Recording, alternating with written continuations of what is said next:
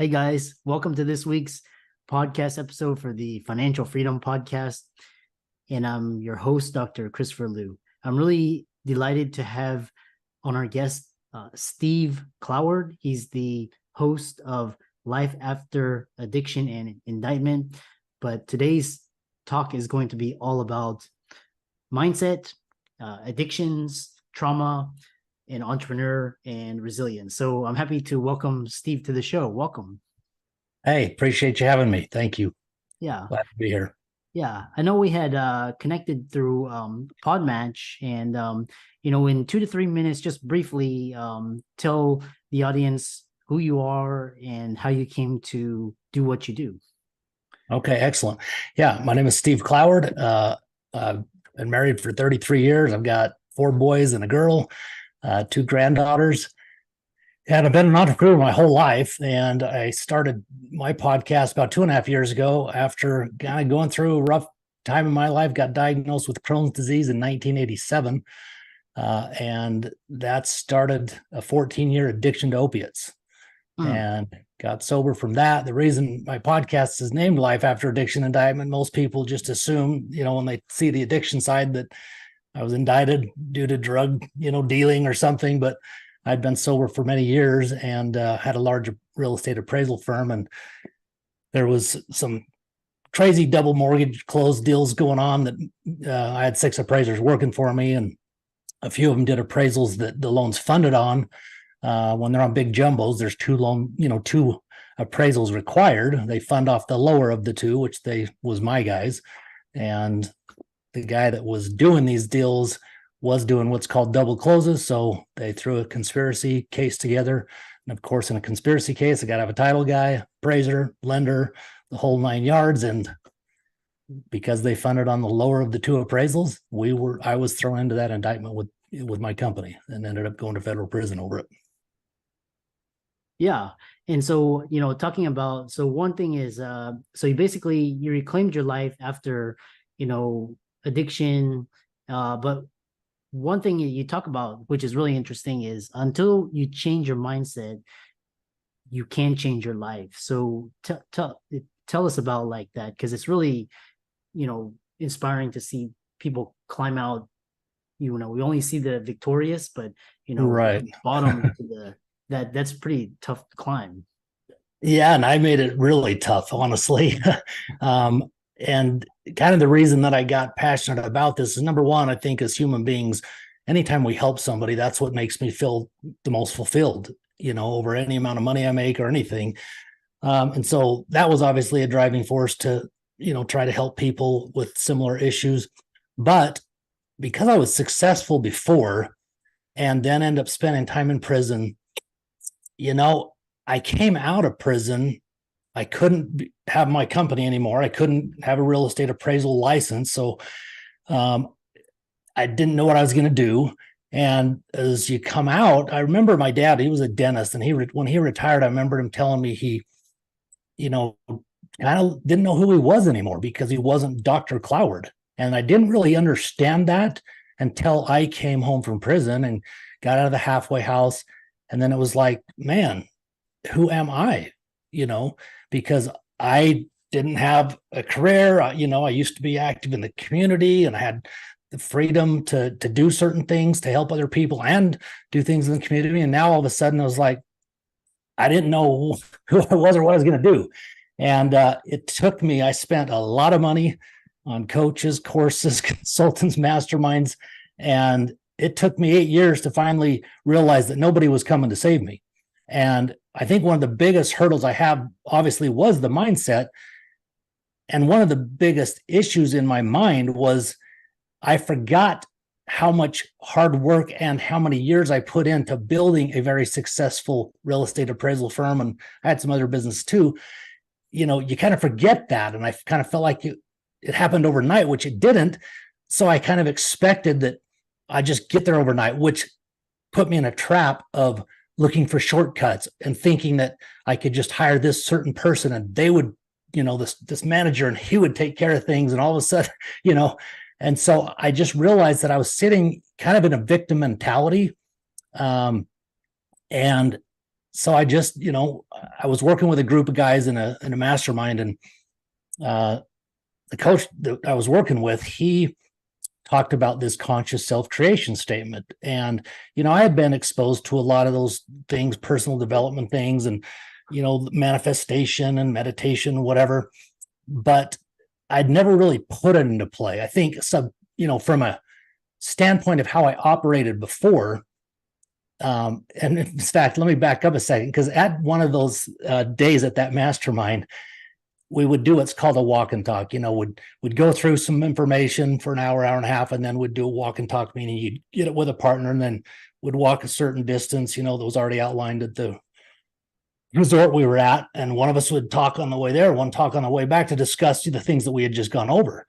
And I remember saying, before prison, I did this or whatever. I can't remember the topic, but the guy looked at me and said, "Why do you look at your life as before and after?" And that I'd never even thought of it. But as I, really took that in, I realized I was doing that a lot, in other conversations as well, not just at that event, but, for a year or two prior. And it just really woke me up. And so anyway, this conscious self-creation statement is, something where you put together, whatever it is you want to achieve, whatever you want to do, whatever you want to give, anything. But it's basically writing down, I have statements, but then as if you already are there, and believing it and feeling it. And so I did that, and, it's most powerful if you can daily read it, write it, see it, and hear it. Of course, I wrote it out to start. And then once I memorized it, I was saying it out loud. So I would, say it and hear it. I got into this routine of just saying it every morning, right? When I would get in the shower, I'd just do it. And, it was just, it's interesting how that works. And, I think that's becoming more mainstream type stuff these days. But, even 10 years ago, you talk about meditation, I think most people would think that's kind of woo-woo, or wondering what you're talking about, and manifesting and, that kind of stuff. But, within 2 years of doing that, and of course, hard work, I had accomplished the things that I had talked about, other than two things. And I was like, dang, and so, I kind of look at it like I kind of was rewiring my mind, because the more you say something and the more you hear it, whether you realize it or not, you're believing it. You start to believe it. And like I said, I thought I believed everything happened overnight, to get success the first time around. But I also finally realized that wasn't true. And so I needed to stop procrastinating the little things that make a difference. And that also, because I was so broken from a confidence standpoint as well, that when you do those little things and get those little wins each day, it's no different than money compounding. That stuff compounds to build that confidence. And, once I started doing that, everything shifted.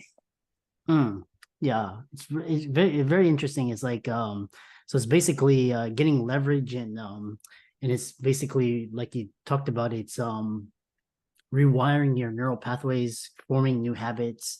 And then one thing is talking about is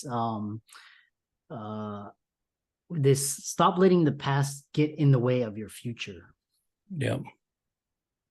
I just, like I said, I didn't really realize what I was doing, and it was really interesting too, because when I got indicted, I got served a gag order a year before I was handed the federal indictment. And the gag order was basically saying, as an appraiser, my office, we were doing a lot of review work on other appraisals for lenders. And so the way the state investigator pitched it was basically, if we need to see someone else's appraisal, we're going to ask you for it, and, you have to give it to us. And I was like, it's no big deal. I was never told I was a target of an investigation, which they're supposed to, that you should know that. Anyway, when he came and handed me that indictment, I was just I didn't understand how serious that was, but anyway, I don't even remember where my train of thought was going there, but it like I say, it just was a situation where I was just, like I said earlier, broken. My confidence was just shot. Mm. Yeah. And then so one thing is what basically you this process of is basically healing yourself and reclaiming your life. And it's once you get there, it's like, you're a different person, you're a better person. And then basically, all of the stuff that happened in the past is kind of cleaning that up. And then one thing is what keep getting in the way of your future before you finally reclaimed your life again? Yeah, appreciate that, because that was where I was going and I kind of forgot. But, I was, like I said, I was kind of defining who I was as Steve before prison and Steve after. So because I wasn't measuring up to myself on what I thought was meant success, because of the things I had blocking me, which were all created by me, they were all based on the thoughts and beliefs I had, which frankly weren't true. And so I was the one getting in the way. And so until I was able to, number one, it's like addiction. Until, you admit and see that you have a problem and admit it, you have no hope, And so until I was able to really see what was going on and own it, because I believe everything that we have in our lives to the very moment right now is a direct result of choices we made, period. Nobody else, And I used to blame the guy that was kind of the main guy in the case that was doing these deals. I knew him since I was a kid, or I should say my parents knew his parents. My father was a dentist. His father was an orthodontist. They both did real estate developments together. And in 1979, my folks were supposed to be on a plane from Provo, Utah to California with that couple, his parents, and they backed out the night before. And it was January 9th of 79. I remember like it was yesterday, because they ended up taking their two young daughters, 7 and 5, in my parents' place. And that plane crashed that night and killed them all. And anyway, it was the youngest son of the 3 sons that were left that was doing these deals. And, because he knew me, and I mean, we were one of the appraisal firms that he used. And there was a time that, when I got indicted, first of all, I believed he would just, tell the truth and nothing would happen. But so I kind of blamed him for quite a while. In fact, it was a few months into my prison stay that I finally just realized, hey, it wasn't his fault. We didn't have to do the appraisals. It's irrelevant if they were fraudulent or not, and it, like I said, until I just owned things and owned the situation that I was facing in my life and realized that that didn't define me, because before I was totally open when it all happened. I didn't hide it.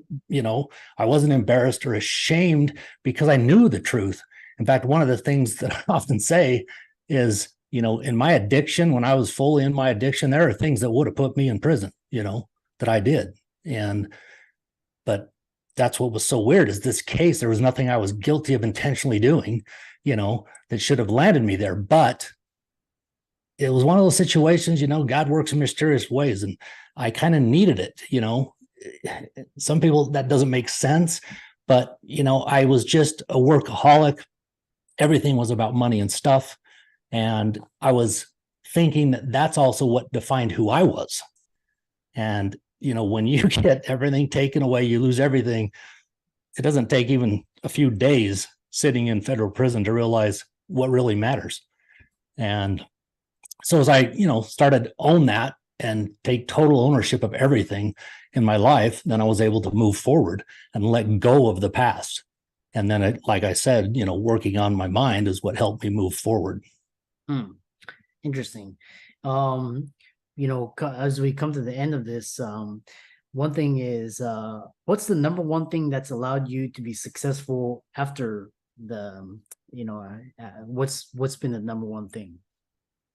I think really just believe, you have to believe in yourself, and then doing things that, you're passionate about, because then, hard work I think it's a no-brainer. It takes hard work no matter what. I mean, even if you get lucky, you put yourself in a position to create that luck, I believe. And to put yourself in that kind of position also took effort and work. There's just no shortcuts. And so just putting in the effort, living your word to yourself, I think is one of the most critical things we can do. Also others. But first, if you can't live your own word to yourself, then you can't live it with others either. And, once you can do those things and just own everything that you have, then in your life, you can create whatever you want and do whatever you want. Yeah. Interesting. The and the other thing is talking about is how do you manifest things in your life that you want? Is just basically the law of attraction, or there's this idea of like trying too hard versus like it's supposed to come and flow to you. So I'm curious. I've always tried to understand this dichotomy. It's such a deep subject in different ways, as I've learned more, because I remember when the law of attraction, The Secret, came out, right? And I remember it's not just going to happen if you put up a vision board. I remember being in family situations with my dad and the brothers and a couple brother-in-laws. And, I was kind of a jerk because I would leave because maybe they were talking about something negative, right?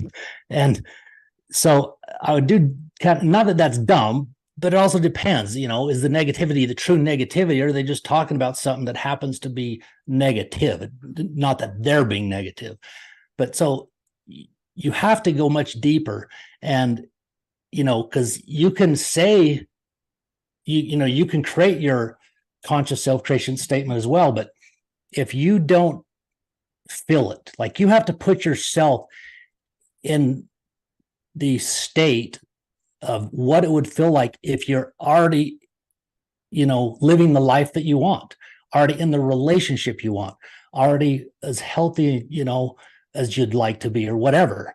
And because you can't just go through the motions thinking it will happen. That's better not. But, there's a great podcast out there called Next Level Soul on YouTube, that there's some great guys talk about this stuff a lot. And it's just, like I say, if you're just going to go through the motions and think it'll happen, it's not going to happen. But if you're sincere about it and really focus on it, I mean, I know guys that have gotten to the point where damn near, it seems like they can manifest stuff within days. Sometimes, it just takes work, Yeah. Interesting. How can people contact you, follow you? I know you have a podcast and, and reach out to you. Yeah, they can, listen to my podcast. My information's always in the show notes there. You can reach me on Facebook under just Steve Cloward 1, the number 1. LinkedIn, Steve Cloward, pretty much everything. All social media is Steve Cloward. Or my website, lifeafteraddictionandindictment.com. Or you can email me at steve@stevecloward.com. Yeah. And for all the listeners out there, let's thank Steve for coming onto the podcast. Really, I chose this because mindset and manifesting and rewiring your brain, it takes work. We all have to go through some sort of crisis to get to the next level. So, and all of Steve's resources will be in the links and show notes. And with that, thanks so much for coming onto the podcast. Hey, my pleasure. Appreciate you having me. Thank you so much.